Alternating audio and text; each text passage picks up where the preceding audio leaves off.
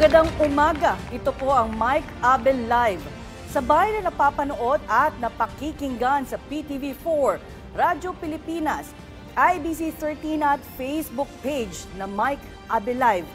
Ngayon ay Friday, February 28, 2025. Sa ngalan ni Mike Abe, ako po si Aya Macalma mula sa Presidential Communications Office. Narito na ang mga balita. Pinangunahan ni Pangulong Ferdinand R. Marcos Jr., First Lady Liza Araneta Marcos at iba pang opisyal ang pagpapasinaya sa Intramuros Walkway kahapon, February 27. Nagsagawa sila ng walkthrough mula sa Plaza Mexico hanggang sa Fort Santiago Riverwalk.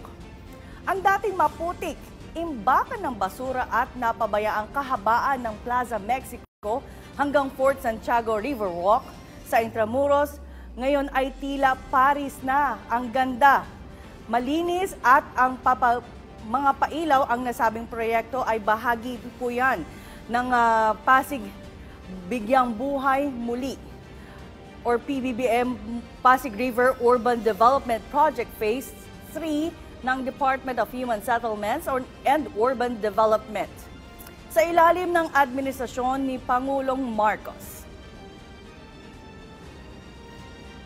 Senate President Jesus Escudero ipinagbigay alam na sa mga kapwa-senador ang ginagawang hakbang ngayong bilang paghahanda para sa nalalapit na paglilitis ng Articles of Impeachment kay Vice President Sara Duterte. Kabilang dito ang pagbuo ng Administrative Support Staff ng Senate Impeachment Court at ang tentative schedule ng mga aktibidad na may kaugnayan sa paglilitis. Kasama rin sa mga naturang liham ang paliwanag ukol sa forthwith.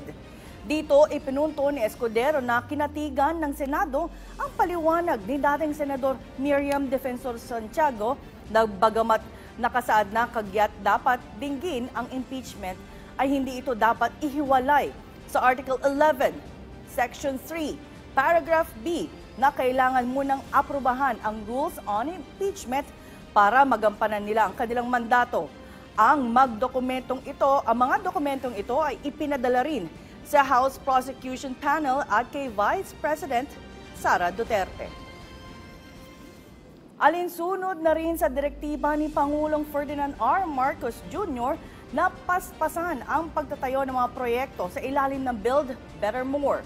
Bumuo ng isang tanggapan ng Department of Transportation o DOTR para tutukan ang mga big-ticket infrastructure project ng pamahalaan sa sektor ng transportasyon sa ilalim ng Department Order 2025-002 na inilabas ni Transportation Secretary Vince Dizon.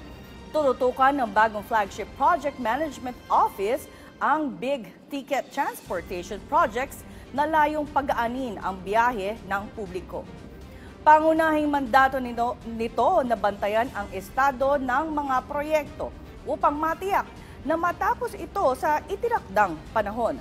Kasama rito ang Metro Manila Subway Project, North-South Commuter Railway Project, EDSA Busway Project, EDSA Greenways Project, Cebu Bus Rapid Transit at Davao Public Transport Modernization Project. Mismong si Secretary Dizon ang magiging chairperson ng binuong tanggapan at makikipag-ugnayan sila sa attached agencies, gayon din sa partner at implementing agencies para sa pagbabantay. At ngayong umaga, makakasama natin si Commissioner ng Bureau of Internal Revenue na si Commissioner Romeo Lumagi. Magandang umaga, Commissioner. Magandang umaga po at sa mga taga-subaybay ng inyong programa. Welcome po sa Mike Abel Live. Kamakailan, Commissioner, sinira ng BIR ang mahigit 2 bilyong pisong halaga ng mga illicit na sigarilyo at makinang ginagamit para dito. Maaari niyo po bang ibahagi sa amin kung ano po ang mga nakalap ninyong nasabat nyo ng mga makina at magkano po ang halaga ng sigarilyong ito? Opo, tayo po ay agresibo sa paghahabol sa illicit trades ng mga sigarilyo at vape products. Ano? Since tayo po ay nanungkulan, isa na po ito sa mga tinutukan natin at marami na po tayong mga na-confiscate na mga sigarilyo at yung mga makina. Kadalasan po kasi yung mga iba, mga imported na nasa mga warehouse, malalaking warehouse na nakuha natin nationwide. At meron din naman tayong mga nahuli na ni-raid na mga pagawaan ng mga sigarilyo na pinapalabas nila minsan ay yung iba talagang illegal, yung iba naman pinapalabas na for export pero sa totoo ay iniikot lang at binibenta dito sa ating bansa. So, ang ginawa po natin, patuloy ang ating raid at pagsampa ng kaso at ang huling proseso po ay itong destruction. Kasi po gusto natin maging transparent sa mga prosesong ginagawa natin na hindi lamang po ito raid at wala nang pinapatunguhan. Kaya naman pagkatapos ng raid, nagsasampa tayo ng kasong kriminal at pagkatapos noon para naman na maalis natin at matanggal yung agam-agam ng karamihan ng mga ibang komento na nakikita natin na pag nagre-raid tayo, saan napupunta ang mga produktong ito dahil yung iba ay nagsasabi na binebenta at ibinabalik sa merkado at pinagkakakitaan. Pero dito sa prosesong ginawa natin ito, ay pinakita natin na hindi ito bumabalik sa merkado as far as BIR is concerned. Lahat po ng mga nakukumpiska nating mga produkto ay nandito po at hindi po na ibebenta at ayan po ginawa po natin yan nationwide na destruction. At very transparent po yan. Sinulatan po natin ang Senado, sinulatan po natin ang House of Representatives na kung sino ang gustong mag-witness niyan. Of course, pinakita po rin natin lahat po yan sa Commission on Audit para sila mismo ma-attest na yung mga na-read natin na produkto ay walang nawawala at nandyan at dinidistract po natin. At ginawa po natin na meron din po tayong live streaming sa lahat ng gustong makakita. So marami po tayong inimbitahan dyan para masigurado na very transparent ang proseso na ito. Commissioner, bakit natin to sinisira? Anong gusto nyong ipahatid po sa publiko yung mga ganitong ginagawa ninyo? Bakit kailangan natin pa-live itong pagsisira ng mga nakukuha nyo or mga nasasabat yung mga illegal na produkto? Yan po, kasi po marami po tayong naririnig minsan na sa mga hearing sa Senado or sa House na sinasabi ay nare-recycle at may mga ganyang mga bali-balita. Kaya naman na gusto nating ipakita na hindi po totoo as far as BIR is concerned na kapag kami po ay nagre-raid ay hindi po nawawala ang mga produktong ito kundi nakatago lang po, safekeeping for the filing of criminal cases. At ngayon po na may nakapagtira na po tayo ng retention for the criminal cases ay pinakita po natin na lahat po ng na-confiscate na mga produkto ay sisirain po para talagang malinaw na walang question at walang duda na hindi po ito binebenta at sisirain po. Sir, is there a trend ba kung saang probinsya nyo madalas na kasabat ng mga ganitong illegal na produkto ng sigarilyo? Meron bang particular na regions or probinsya kayong tinitignan o kalat-kalat po ba ito? Kalat-kalat po, no? Kaya naman yung ginagawa po natin na operations laban sa illicit trade ay nationwide din. At pati itong destruction na ginawa po natin ay nationwide din. Pero marami po talaga, merong iba yung mga malalaki po. Of course, andyan po yung mga pagawaan na nasa Central Luzon ay marami po talagang mga pagawaan na nandyan. At sa Mindanao, marami rin po tayong nakikitang mga imported na mga produkto. Itong mga ginagawa ninyo, Commissioner, bakit natin to ginagawa at bakit natin to kailangan? Magkano ba ang nawawala sa atin, sa pamahalaan, sa mga ganitong nangyayaring mga illegal na produktong bumabaksak sa ating bansa? Wala po tayong eksaktong figures po niyan, no? Pero may mga studies po na malaki-laki po ang nawawalang buwis po dito dahil ito lamang pong na-confiscate po natin na produkto na worth 2.1 billion pesos. Ito po yung halaga ng sigarilyo.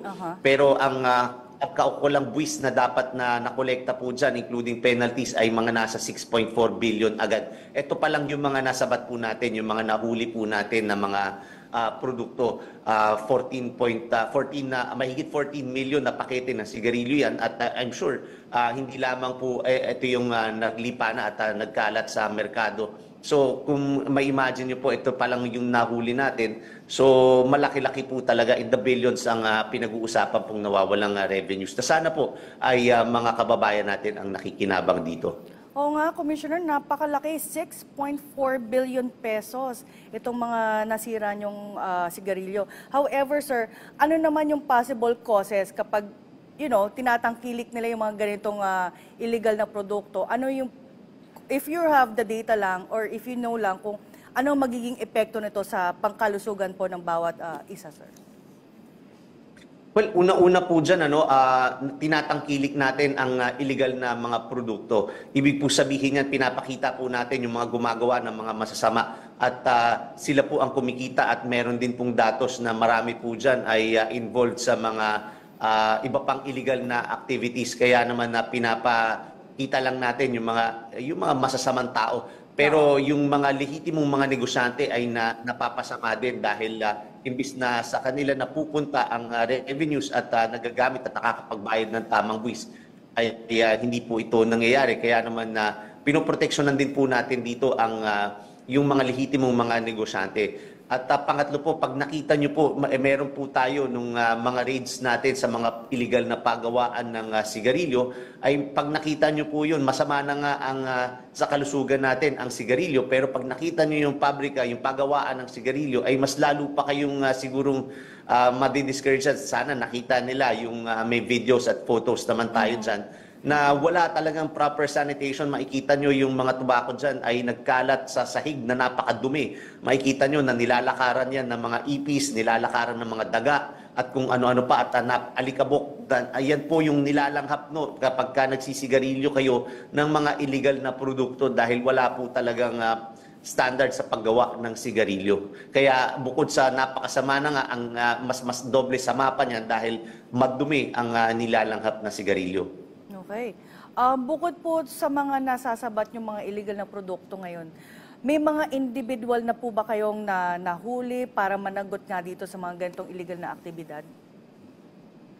Marami na po, yung mga iba nga po ay Chinese nationals ang involved at nakasuhan na rin po yung mga yan na kamakailan nagsampa rin tayo ng kasong kriminal at malaki-laki po yung sa warehouse na nahuli natin dyan sa may Bulacan. Yan po ay may mga Chinese nationals din po na involved. Commissioner, hingi naman kami ng update dito sa inyong tax compliance verification drive. Kamusta na po ito at ilang establishments na po ang inyong nabisita? Opo, nagsagawa rin po tayo dahil ng nationwide na tax verification drive nitong February 10 to 14, yung dahil yan po yung isang naging kampanya natin ngayong Tax Awareness Month at simula po ng tax campaign kick-off po natin na ang layunin po niyan ay bisitahin natin ang mga establishments at tingnan ang compliance nila sa pagdating sa larangan ng pagbabayad at pag-comply ng mga kanilang pagbabayad ng buwis. At ang gusto nating ipakita dito na ang BIR ay handang tumulong at turuan ang ating mga taxpayers, kaya naman hindi po tayo nag-impose ng mga penalties dahil supposedly pag nakitaan kayo ng violation ay may kaakibat na penalties agad yan. Pero ang ginawa po natin muna ngayon ay hindi po tayo impose ng penalties at ginawa po natin, tinuruan po natin kung ano po yung dapat nilang gawin. Mahigit 200,000 ang mga nabisita natin ng mga establishments nung isang linggong tax compliance verification drive na ito. Madami-dami na rin pala, 200,000. Meron pa ba? Kulang pa ba ito yung sa mga pagbisita nyo o sa mga susunod na araw nyo pa rin ba gagawin to, Commissioner?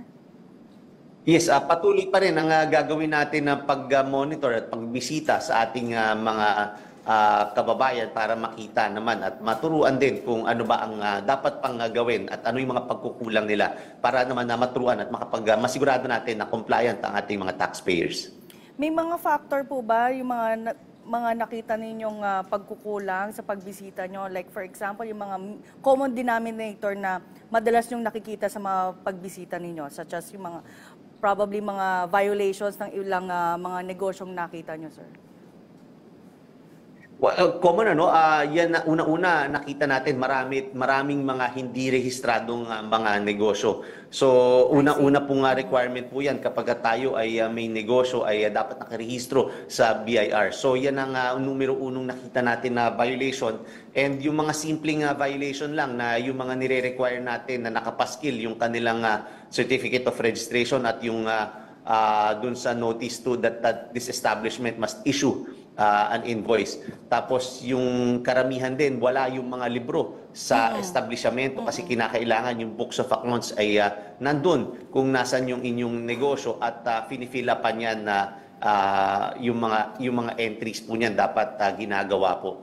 Tapos yung requirement naman dun sa EOPT law, yung Ease of Paying Taxes Act, na kinakailangan ng invoice lang. Marami pa rin palang hindi nagko-comply dito. May mga official receipt pa dahil nag-transition na tayo from official receipt to invoice. At marami pa rin tayong nakita na ang ginagamit pa rin ay yung official receipt. Commissioner, alam kong lagi nyo na itong sinasabi, pero please inform our public bakit ba kailangan nilang sumunod sa ganitong batas, lalo na sa mga small business na nagsisulputan ngayon. Ano po ba ang mga penalties na posible nilang makuha kapag, hindi sila nag-file ng tamang buwis? Well, unang-una po dyan, bukod dun sa babayarang buwis na hindi nyo talaga nabayaran, ay magkakaroon pa yan ng interest dahil hindi nyo ito binayaran.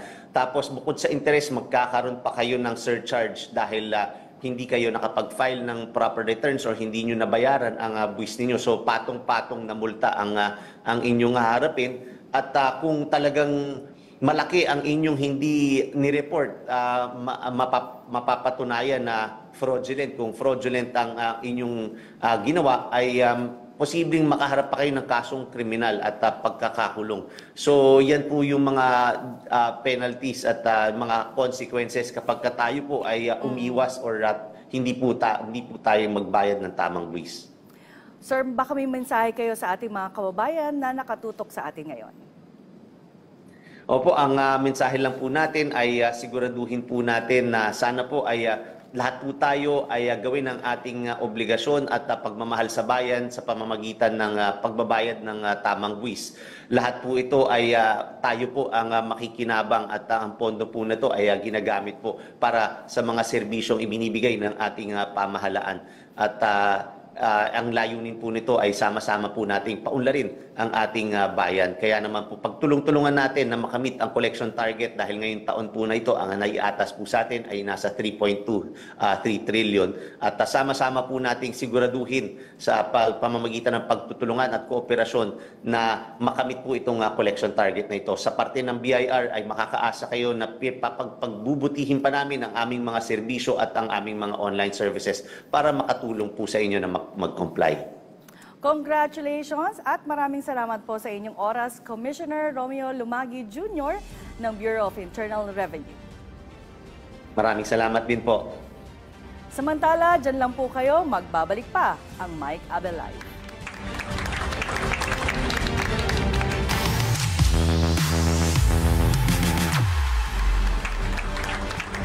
Nagbabalik ang Mike Abelay. Noong isang araw ay opisyal nang isinagawa sa Camp Karingal ang Solidarity Pact, signing para sa paparating na halalan sa Mayo.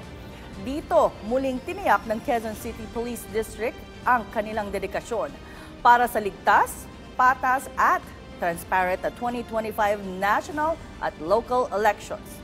Dinaluhan ito ng mga kinatawan mula sa Philippine National Police, Armed Forces of the Philippines, Philippine Coast Guard, Commission on Election, Department of Interior and Local Government, Department of Education, non-government organizations, faith-based leaders at iba pang government agencies.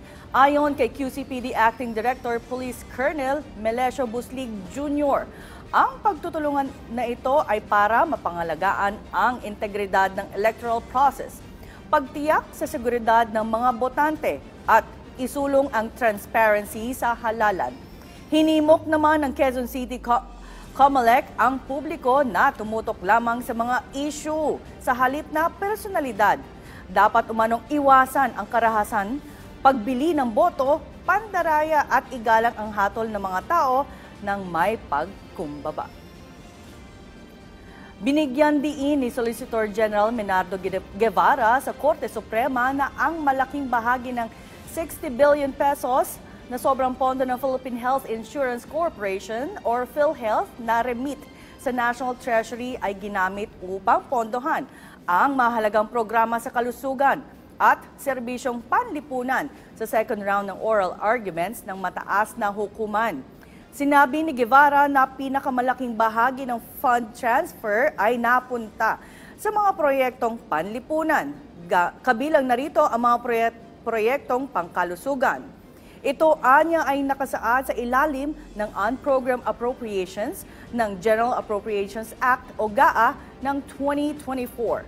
Ayon sa Department of Finance, 27.45 billion pesos ang ginamit upang bayaran ang matagal nang nakabingbing public health emergency benefits and allowances. Samantala, 10 billion pesos ang inilaang para sa medical assistance sa mga may hirap at walang kakayahang magbayad na pasyente.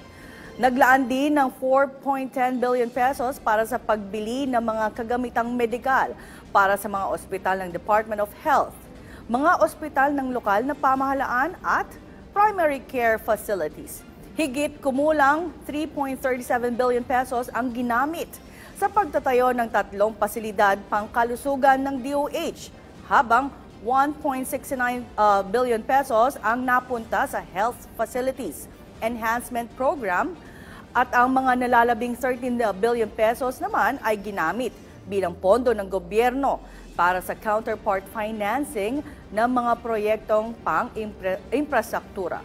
Sa kasalukuyan, may halos 498 billion pesos na pondo ng PhilHealth ang sapat upang patuloy na palawakin ang mga inpatient at outpatient at special benefit packages nito.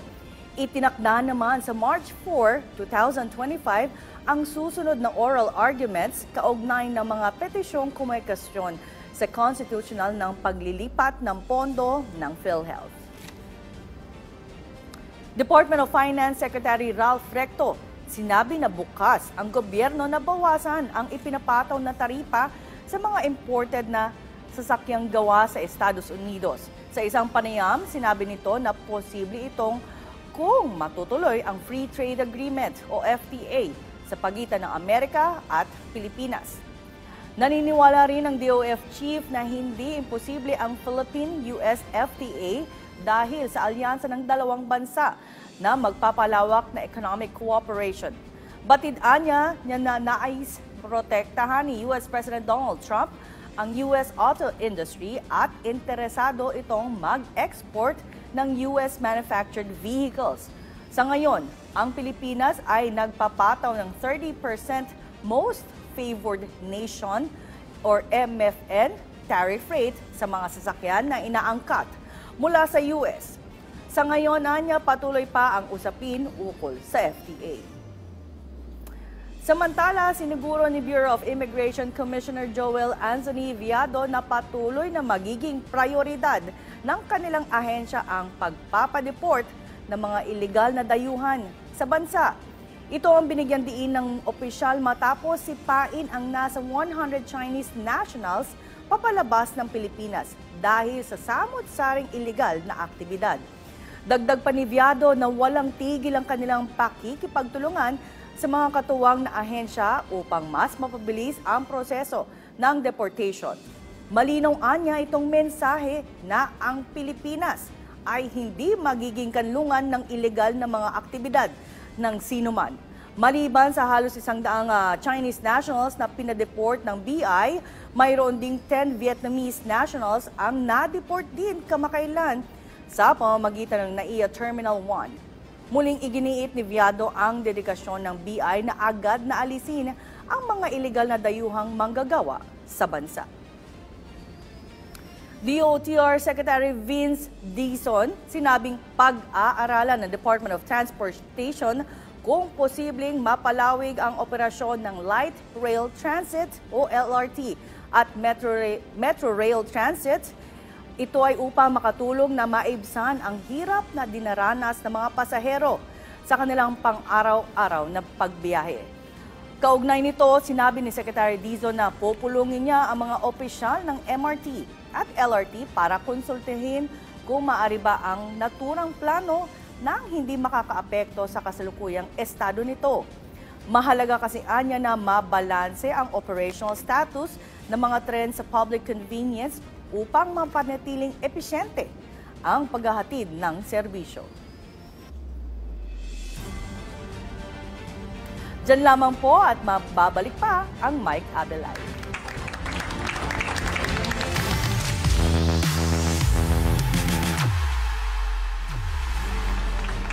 Nagbabalik po ang Mike Abelay. Department of Education o DepEd, sinabing mahigpit sila makikipag-ugnayan sa iba't ibang pribadong education stakeholder sa ilalim ng Public-Private Complementary Framework.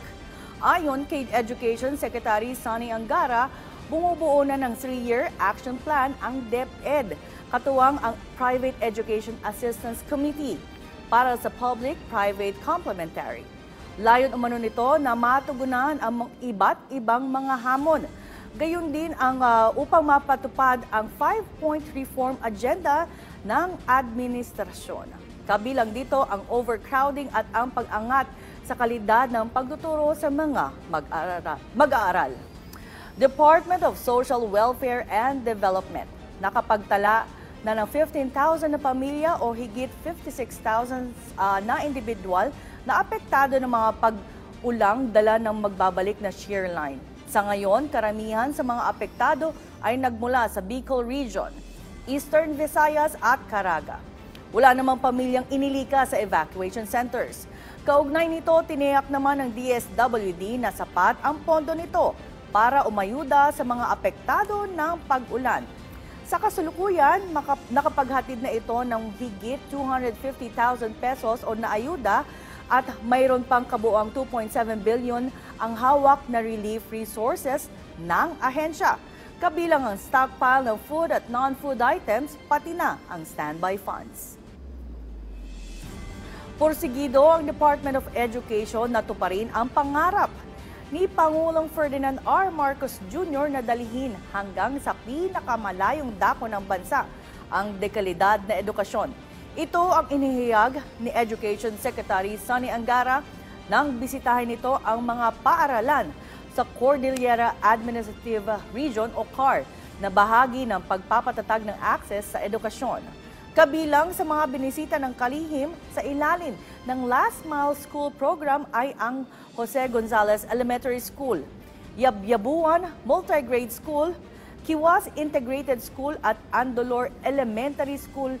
Dito, pinakinggan naman ni Angara ang saloobin ng stakeholders na gumugugol ng oras at milya-milyang distansya. Makuha lang ang kinakailangang edukasyon sa kabila ng limitadong resources sa Andolor Elementary School. Pinangunahan ni Angara ang pagpapasinaya sa bagong tayong school building, gayon din sa Benguet Special Education Center Inclusive Learning Resource Center. Kinumpirma ng Department of Agriculture na walang nakitang hoarding sa mga na-inspeksyon ng cold storage facilities ng sibuyas. Kasunod ito ng utos ni Agriculture Secretary Chu Laurel Jr. sa Bureau of Plant of Industry na ininspeksyon ang lahat ng bodega ng sibuyas para matukoy kung may mga bagong aning supply ang iniipit sa merkado. Ayon kay DA spokesperson, Assistant Secretary Arnel de Mesa, mayorya ng cold storage ay wala na halos o kakaunti na lamang ang stockpiles. Kabilang sa na-inspeksyon ang cold storage facilities sa Metro Manila, Ilocos, Cagayan Valley, Central Luzon, Calabarzon, Mimaropa at Central Visayas. Sa kasalukuyan, ang inventaryo ng pulang sibuyas sa bansa ay nasa 500 metric tons lamang. Inaasahan ng DA ang pagtaas ng inventaryo para sa paparating na peak harvest season sa Marso hanggang Abril. Kaugnay nito, muling iginiit ng DA na hindi maaaring samantalahin ng mga trader ang mga magsasaka sa darating na panahon ng anihan. Mayroon po tayong report. May isinasagawang road rehabilitation sa Macapagal Boulevard. Alamin natin kung hanggang kailan ito matatapos. Ang detalye, alamin natin mula kay Bernard Ferrer ng PTV. Bernard? Yes, Director Aya, abiso sa ating mga motorista dahil magkakaroon ng road rehabilitation ang Department of Public Works and Highways sa Diosdado Macapagal Boulevard sa Pasay City. Kabilang nga sa isa sa ilalim sa road rehabilitation ang southbound at northbound lanes ng Diosdado Macapagal. Ayon sa DPWH South Manila District Engineering Office, ang rehabilitasyon sa northbound lanes ay tatagal ng halos 1 taon at nakatakdang matapos sa January 2026. Inaasang makukumpleto ang pagsasaayos sa southbound lanes sa October 2025. Pinapayuhan ang mga motorista na gumamit ng ibang lane bilang alternatibong ruta habang isinasagawa ang pagkukumpuni. Tiniyak naman ng DPWH na gagawin nila ang lahat upang mapabilis ang proyekto at agad na mabubukas o mabubuksan ang mga isinarang lane para sa kaginhawaan ng publiko. Balik sa Director Aya. Maraming salamat, Bernard Ferrer.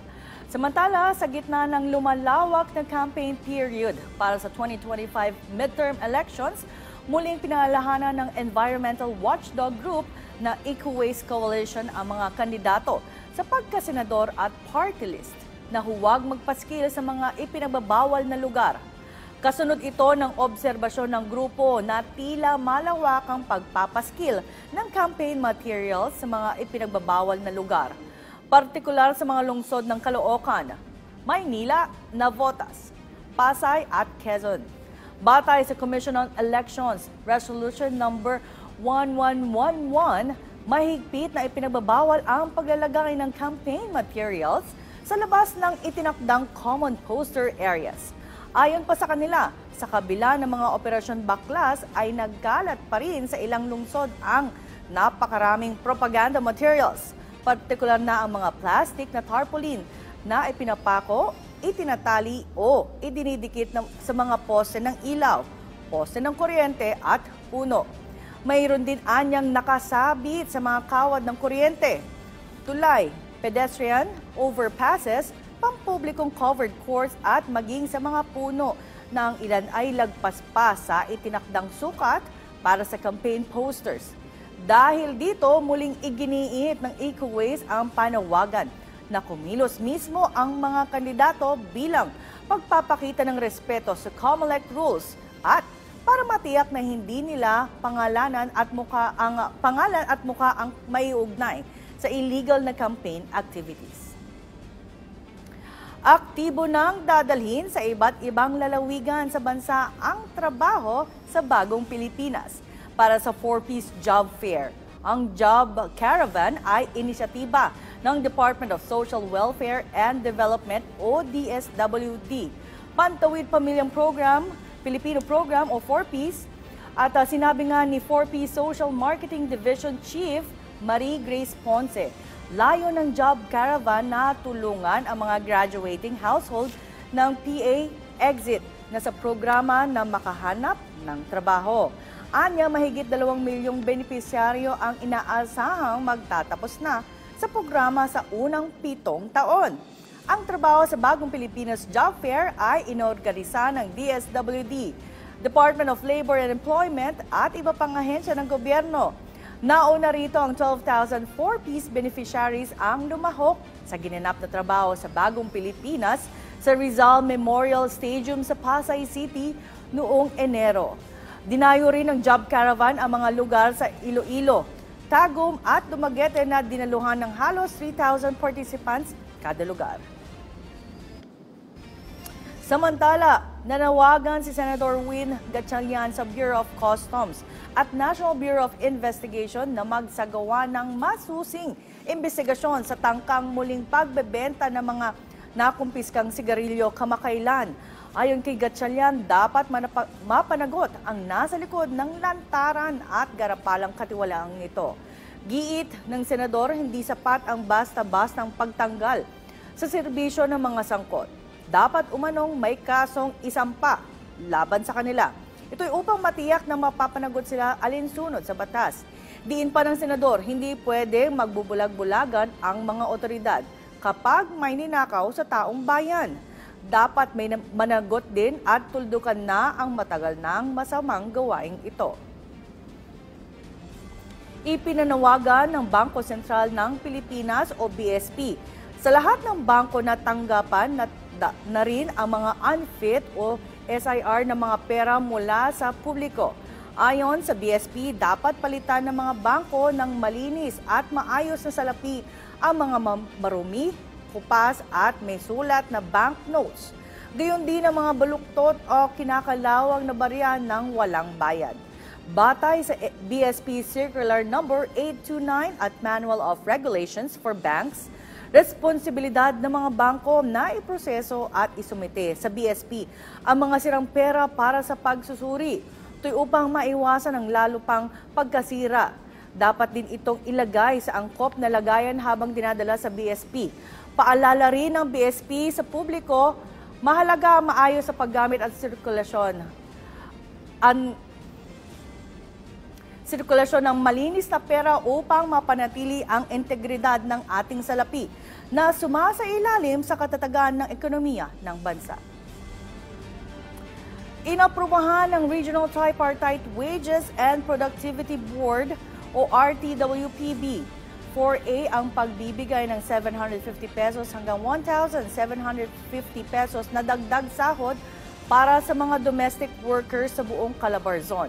Sa bisa ng Wage Order Number RB4A-W-05, ang mga tumatanggap ng minimum 6,000 pesos na buwan ng sahod sa mga lungsod at first-class municipalities ay tataas sa 6,750 pesos, habang ang iba pang mga nasa munisipalidad na dati tumatanggap ng 5,000 pesos buwanan ng sahod ay may 6,750 pesos ng minimum wage. Ang aumento sa sahod ay epektibo simula March 7, 2005. Samantala, bago po tayo magtapos ay nais natin batiin ng maligayang kaarawan ng Officer in Charge ng Public Affairs Division at Programming Head ng PTV na si Miss Cheat Gatan. Happy birthday, ma'am! At hanggang dito na lamang po ang talakayan.